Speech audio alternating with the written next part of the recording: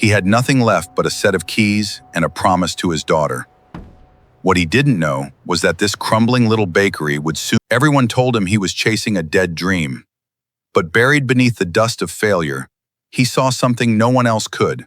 Every loaf was a small act of defiance against everything that had gone wrong. But defiance always comes with a price. The man who once signed the papers that ended his career now stood on the very sidewalk he thought he'd escaped. 2 years ago, this man had taken everything. Now he stood in the one place Daniel had left. If you have ever built something from nothing, only to watch someone else hold the power to take it away with a single signature, then you already understand what Daniel Reyes felt the moment his ex-wife walked into his bookstore, holding the hand of the man who, unknown to either of them, owned the very ground beneath his feet. Before you keep going, if stories about second chances, hidden truths, and fathers who refuse to give up move you, hit like and subscribe, because this story is about to take you somewhere you won't expect. Daniel had built Turning Pages, a small independent bookstore tucked into the east wing of Brookhaven Mall, out of the wreckage of his marriage. 3 years earlier, when Melissa left, taking with her the house, half of their savings, and for a painful stretch of months, primary custody of their daughter Lily, Daniel had nothing left but a stubborn belief that he could still give his little girl a good life. He was not a businessman by trade. He had been a warehouse supervisor for a logistics company, steady but unremarkable, and when the divorce settlement drained what little he had, he did not sink into self-pity for long. He took the small severance he received after a layoff, combined it with a loan he was almost too proud to ask his brother for, and opened a shop that sold used and new books, alongside a small corner of toys and puzzles for children. He named it Turning Pages because that was what he was trying to do with his own life, one difficult day at a time. For the first year, the shop barely survived. He worked from open to close, restocked shelves himself at midnight, learned bookkeeping from online videos, and slept some nights on a cot in the back room rather than pay for gas to drive home and back before opening. But slowly, the shop found its rhythm. Parents began bringing their children in on weekends. Local schools started ordering discounted classroom sets from him. A small but loyal community grew around Turning Pages, and for the first time since his divorce, Daniel felt something like pride again. Lily was 8 years old, a bright, curious girl, with her mother's fair complexion and Daniel's stubborn chin. She split her time between her mother's upscale apartment across town and her father's modest two-bedroom house near the mall. Every Friday afternoon, Melissa would drop Lily off at the shop before Daniel's custody weekend began, because Lily loved sitting in the reading nook by the window, and Daniel loved watching her do it. That Friday, however, was different. Melissa did not simply drop Lily off and leave, as she had done 100 times before. She walked in with her, and behind them both walked a tall, composed man in an expensive navy suit, a man whose confidence seemed to fill the small shop the moment he crossed the threshold. "Daniel," Melissa said, her voice carrying the particular brightness she used when she wanted to seem casual about something that clearly was not casual at all. "I want you to meet someone. This is Richard Calloway." Daniel felt his stomach tighten in the way it always did whenever Melissa brought a new development into his carefully rebuilt life. He forced a smile, wiped his hand on his jeans, and extended it toward the stranger. Richard's handshake was firm, practiced, the handshake of a man used to closing deals worth more than Daniel's entire shop. "Good to finally meet you," Richard said warmly, and there was nothing insincere in his tone, which somehow made it worse. Daniel had expected arrogance. He had braced himself for condescension. Instead, he got warmth, and warmth from the man who now shared custody of his daughters. His happiness was almost harder to process than hostility would have been. Melissa explained, with the practiced ease of someone who had rehearsed the conversation in her head many times, that she and Richard had been together for 8 months, that things had moved quickly, that Richard owned several commercial properties across the state, and that he was, in her words, wonderful with Lily. Daniel listened, nodded at the right moments, and tried very hard not to notice the way Lily's eyes lit up every time Richard spoke to her, or the way easy affection with which Richard crouched down to her height and asked about the book she was holding. Daniel told himself it was a good thing. A man who was kind to his daughter was a good thing, no matter how much his pride resisted admitting it. What none of them knew, not Daniel, not Melissa, and strangely, not even Richard himself in that particular moment, was that 14 months earlier, a holding company under Richard's name had quietly purchased Brookhaven Mall from its 8 previous owners during a period of financial restructuring. Richard rarely visited his properties personally. He trusted his management teams, reviewed quarterly reports, and left the day-to-day operations to people he paid well to handle them. Brookhaven was, to him, a line item in a portfolio, a modest but profitable asset acquired mostly because it had come bundled with a much larger commercial deal he actually cared about. He had never once set foot inside it before that Friday, because Melissa had simply asked him to accompany her to pick up her daughter from her ex-husband's bookstore, an errand that meant nothing more to him than a pleasant afternoon spent supporting the woman he loved. The visit ended cordially enough. Richard complimented the shop's cozy atmosphere, said something about how rare it was to find a place like this inside a mall anymore, and the 3 adults exchanged the kind of stiff, polite goodbyes that people manage when they are all trying very hard to be mature for the sake of a child. Daniel closed the shop that evening, feeling unsettled in a way he could not quite name. It was not jealousy, not exactly. It was the quiet, gnawing fear that had lived in him since the divorce, the fear that he was becoming irrelevant, replaceable, a smaller and smaller part of his daughter's expanding world. The real disruption came 3 weeks later, in the form of a notice taped to the inside of the malls and main entrance and mailed to every tenant in a plain white envelope. Brookhaven Mall, the letter explained in careful corporate language, was undergoing a strategic redevelopment initiative. Several wings of the property, including the East Wing, would be renovated to accommodate a new anchor tenant, a national electronics retailer that had signed a long-term lease contingent on securing the additional square footage. Existing tenants in the affected wing would be given 90 days to vacate, with a modest relocation stipend offered as compensation. Daniel read the letter 3 times standing behind his own counter, his hands trembling slightly, before the words fully settled into meaning. 90 days. 90 days to dismantle 3 years of his life, or to somehow find a way to save it. He was not alone in his panic. The owner of the shoe repair shop 2 doors down, an older man named Gustavo, who had operated in that same spot for over a decade, showed up the next morning looking as though he had not slept. The woman who ran the small stationery and craft store across the corridor cried openly at the name mall management office, demanding answers nobody seemed willing or able to give her. Daniel called the number listed on the letter and was passed between 3 different representatives before finally being told, in the flattest possible tone, that the decision came directly from ownership and that the 90-day timeline was, unfortunately, non-negotiable. That night, Daniel sat at his kitchen table long after Lily had gone to bed, staring at spreadsheets he barely understood, trying to calculate whether he could afford to relocate the shop anywhere else in the city on such short notice. The numbers did not work. Rent in any comparable location had risen sharply since he first signed his lease, and the relocation stipend the mall offered would barely cover moving costs, let alone new build-out expenses. He thought about Lily, about the reading nook she loved, about the community he had built one careful year at a time, and for the first time since his divorce, he allowed himself to cry, quietly, so the sound would not travel down the hallway to his daughter's room. The next weekend, when Melissa arrived to pick up Lily, she noticed immediately that something was wrong. Daniel was not a man who hid his feelings well, and the exhaustion on his face was impossible to miss. When she asked what was going on, he told her, reluctantly at first. Then, in a flood of frustration he had been holding back for days. He told her about the letter, the 90-day notice, the redevelopment, the electronics retailer, the impossible math of trying to save turning pages.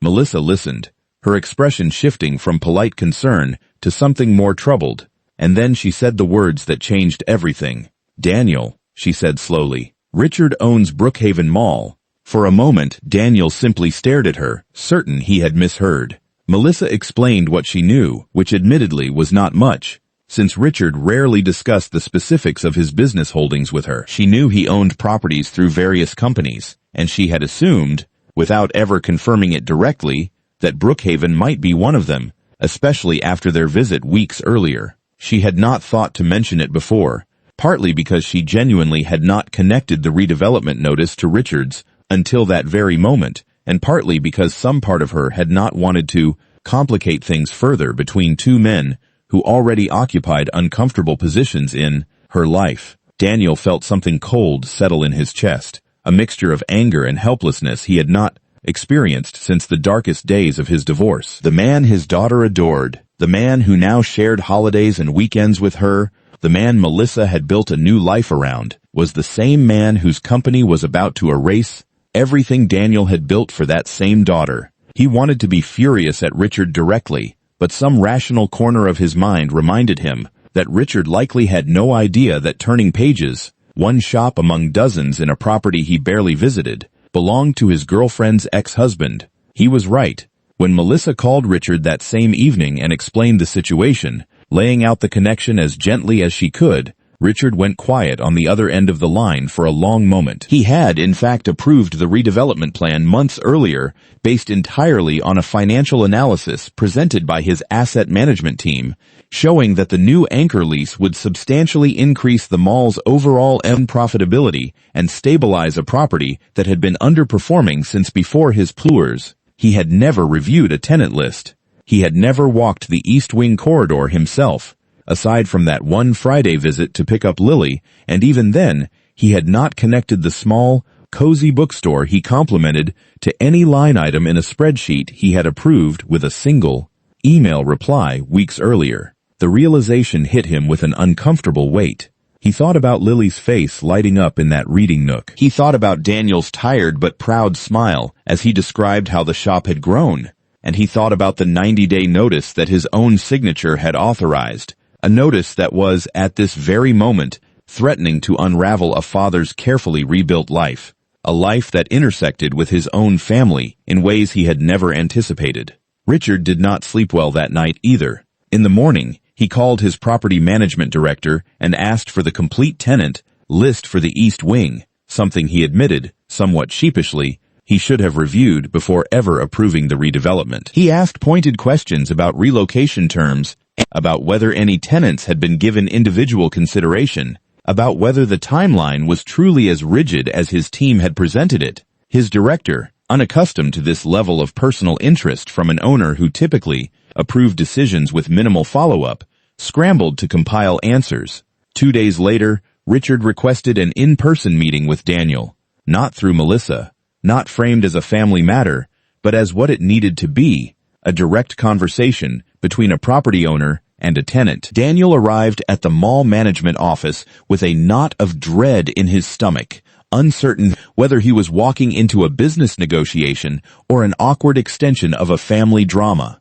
Neither of them had asked for. Richard greeted him without the polished charm of their first meeting. Instead, he seemed almost humbled, gesturing for Daniel to sit, admitting plainly that he had approved the redevelopment without understanding its human cost, and that discovering the connection to Daniel, and, by extension, to Lily, had forced him to look more closely at decisions he usually delegated entirely. What followed was not a fairy tale rescue, because Daniel would not have accepted one, and Richard, to his credit, did not offer one. Instead, they talked awkwardly at first about the actual mechanics of the redevelopment. Richard explained that the new anchor lease required additional square footage on the ground floor, specifically space that the electronics retailer needed for a showroom layout, but that the upper mezzanine level, currently used for mostly vacant storage units, could potentially be renovated instead to house several of the smaller displaced tenants, including Turning Pages, at a comparable or even reduced rent, given the space's current low utilization. It was not a guaranteed solution, Richard was careful to clarify, since it would require his team to run updated cost projections and present the change to the retailer's leasing representatives. But it was, for the first time since the notice arrived, an actual path forward rather than a dead end. Over the following 2 weeks, Daniel found himself in an unusual position, working somewhat collaboratively with the man who was dating his ex-wife, both of them navigating a professional relationship neither had expected to have. There were tense moments. Daniel struggled with the discomfort of needing anything from Richard, of feeling as though his daughter's future and his own livelihood were being decided in rooms he did not fully belong in. Richard, for his part, struggled with the unfamiliar sensation of a decision mattering personally rather than merely financially, of seeing spreadsheets translate into a real father's ye's real fear, rather than abstract percentages on a quarterly report. Slowly, though, something shifted between them. Richard began visiting the shop more often, not performatively, but because Lily asked him to bring her there on the weekends she spent with her mother, and he found himself genuinely enjoying the quiet, book-lined space, the way Daniel knew every regular customer by name, the careful, patient way he recommended titles to children who wandered in shyly. Daniel, in turn, began to see past the tailored suits and easy confidence to a man who, despite considerable wealth, seemed to be searching for something steadier in his life.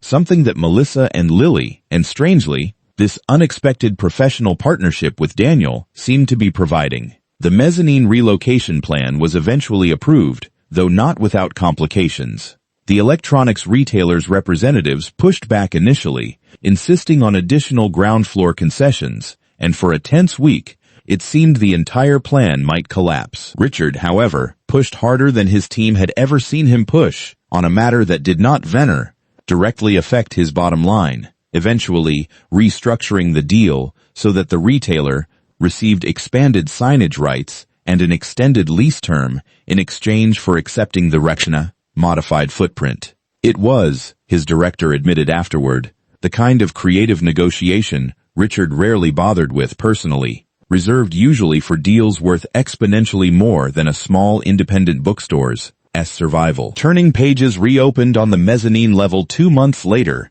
in a space slightly larger than the original, with better natural light and a reading nook Daniel built specifically to match, as closely as he could recreate it, the one Lily had loved downstairs. The relocation stipend, combined with the reduced rent Richard's team ultimately approved, gave Daniel enough breathing room to expand his inventory for the first time since opening, adding a small section of educational games that Lily herself helped him choose. On opening day, Melissa arrived with Lily, and behind them, somewhat unexpectedly to the small gathering of regular customers who had shown up to celebrate, Richard arrived as well, not as the mall owner cutting a ceremonial ribbon, but quietly, almost shyly, carrying a small gift for Lily and standing near the back of the crowd. Daniel caught his eye across the room at one point during the small celebration, and the two men shared a nod, not of friendship exactly, not yet, but of something that had grown between them regardless,